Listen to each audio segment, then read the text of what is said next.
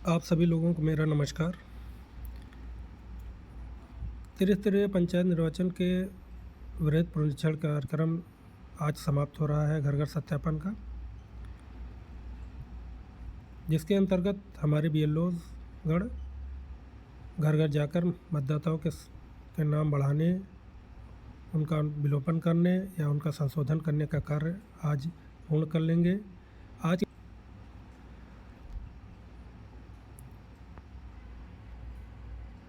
पांडुलिपि तैयार करने का कार्य शुरू किया जाएगा और हो सकता है कुछ BLO उन्होंने फीडिंग भी शुरू कर दी हो eBLO ऐप पे, तो वो भी अच्छी बात है। पांडुलिपि तैयार करने के बाद जो भी दस्तावेज जमा किए जाने हैं उसके बारे में आज मैं आप लोगों को बताना चाहूँगा कि आप अपने कार्यालय में कौन कौन से दस्तावेज या कोई भी कौन कौन से प्रपत्र या अभिलेख जमा करेंगे। इसके संबंध में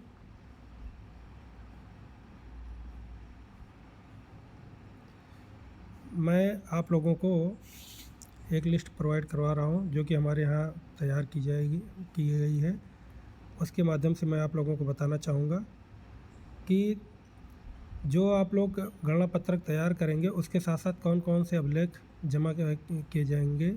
हमारे यहाँ तो फ़िलहाल जो जमा हो रहे हैं वो मैं आपको बता रहा हूँ। हो सके तो आप लोग भी अपने स्तर से इन सभी प्रपत्रों की तैयारी करके तब तहसील में जाएं, ताकि आप लोगों को वहाँ पर आपका ज़्यादा समय व्यतीत ना हो और आपका काम आसानी से हो सके। सबसे पहला है, जैसे सुपरवाइज़र गण है तो सुपरवाइज़र अपना प्रमाण पत्र देंगे संलग्न 14 पर।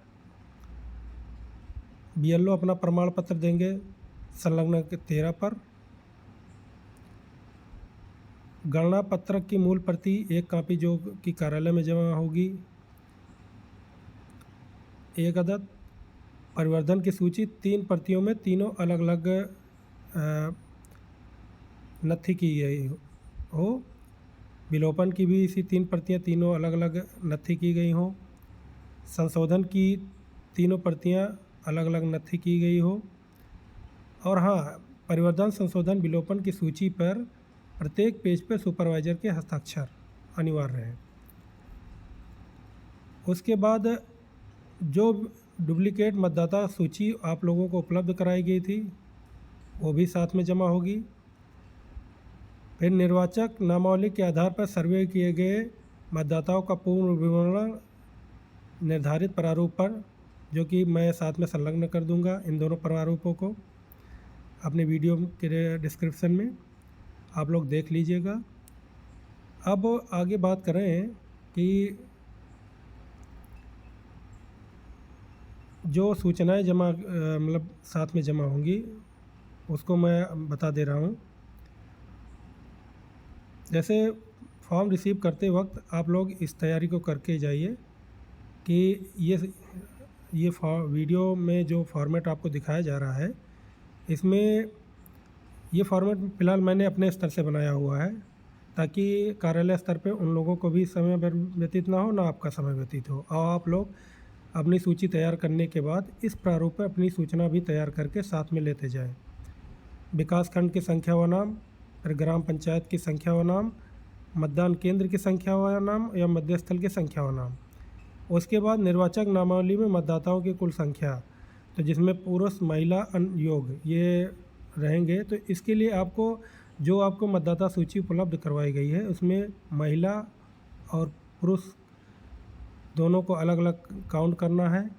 या आप इस तरीके से कर सकते हैं कि आप महिलाओं को काउंट कर लें और टोटल में से महिलाओं को घटा देंगे तो जो बचेंगे वो पुरुष आ जाएंगे। इस तरीके से आप इसकी संख्या भर सकते हैं। सेम इसी तरह से परिवर्धन वाले जितने भी आपने मतदाताओं का नाम बढ़ाया है या परिवर्धन में दिखाया है, उनको भी इसी तरीके से काउंट करके महिला पुरुष अन्य या जो भी योग जोड़ लेंगे। इसी तरीके से विलोपन का भी तैयार कर लेंगे, इसी तरीके से संशोधन का भी तैयार कर लेंगे। अब लास्ट में नीचे दिया गया है वर्तमान मतदाता है, यानी कि निर्वाचक नामावली में पुरुष मतदाताओं में इस तरीके समझिए कि निर्वाचक नामावली में आपकी मतदाता सूची में पुरुष कितने मतदाता हैं, तो पुरुष मतदाता प्लस परिवर्धन के पुरुष मतदाता माइनस विलोपन की पुरुष मतदाता बराबर वर्तमान मतदाता पुरुष। इसी तरीके से महिला निर्वाचक नामावली में मतदाताओं की संख्या में महिला मतदाता प्लस परिवर्धन की महिला मतदाता माइनस विलोपन की महिला मतदाता बराबर वर्तमान मतदाता में महिलाओं की कुल संख्या।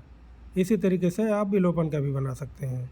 संशोधन वाला सिर्फ इसलिए दिया जा रहा है ताकि एज ए रिकॉर्ड आपके पास भी रहे और एज ए रिकॉर्ड कार्यालय के पास भी रहे। इसका मतदाता के सूची में मतदाताओं की संख्या के नाम बढ़ने या घटने में कोई रोल नहीं है। ये एक एक्सटर्नल रिकॉर्ड है या जानकारी है जो इसके साथ दी जा रही है। ठीक है। उसके बाद अगला जो फॉर्मेट है उस फॉर्मेट में डुप्लीकेट मतदाताओं के बारे में जानकारी दी जाएगी जिसका फॉर्मेट इस प्रकार है। इसमें भी विकास खंड की संख्या और नाम, ग्राम पंचायत की संख्या और नाम, मतदान केंद्र की संख्या और नाम, मध्य स्थल की संख्या और नाम, फिर कुल डुप्लीकेट मतदाताओं की संख्या। तो जो भी आपको डुप्लीकेट मतदाता सूची उपलब्ध कराई गई है उसमें आप लोग अपने अपने क्षेत्र के मतदाताओं पुरुष या महिला मतदाताओं को जोड़ करके अलग अलग गिन कर उनका लिख करके अब अगला कॉलम दिया गया है निवासरत पाए गए मतदाताओं की संख्या। आपने विलोपन सूची में जिन मतदाताओं को निवासरत दिखाया है यानी कि जिनका नाम कटने योग्य नहीं है, जिनका नाम विलोपन सूची में नहीं दिखाया गया है, उनको आप इस श्रेणी में रखेंगे। पुरुष को अलग जोड़ लेंगे, महिलाओं को अलग काउंट कर लेंगे और फिर योग। ठीक इसी प्रकार से विलोपन योग्य पाए गए मतदाताओं यानी कि जिनका आप डुप्लीकेट मतदाता सूची में से जितने लोगों को आपने विलोपन वाली सूची में दिखाया है उन लोगों को आप इस कैटेगरी में दिखाएंगे। ठीक है। तो इस तरीके से आपका ये भी फॉर्मेट कंप्लीट हो जाएगा। हाँ, जैसा कि मैंने शुरुआत में बताया था प्रमाण पत्र एक बीएलओ को एक सुपरवाइज़र को उपलब्ध कराने के लिए, तो संलग्नक 13 का प्रमाण पत्र इस प्रकार है जिसमें बीएलओ आईडी क्रमांक, आपको जो बीएलओ आईडी दी गई है उसमें वो आईडी क्रमांक लिखा होगा, आप उसको डाल दीजिएगा या लिख दीजिएगा। अगर मान लीजिए आपको नहीं पता है तो आप अपने निर्वाचन कार्यालय या जो तहसील आपकी है वहाँ के निर्वाचन कार्यालय संपर्क करके आप उसकी आईडी क्रमांक नोट कर सकते हैं।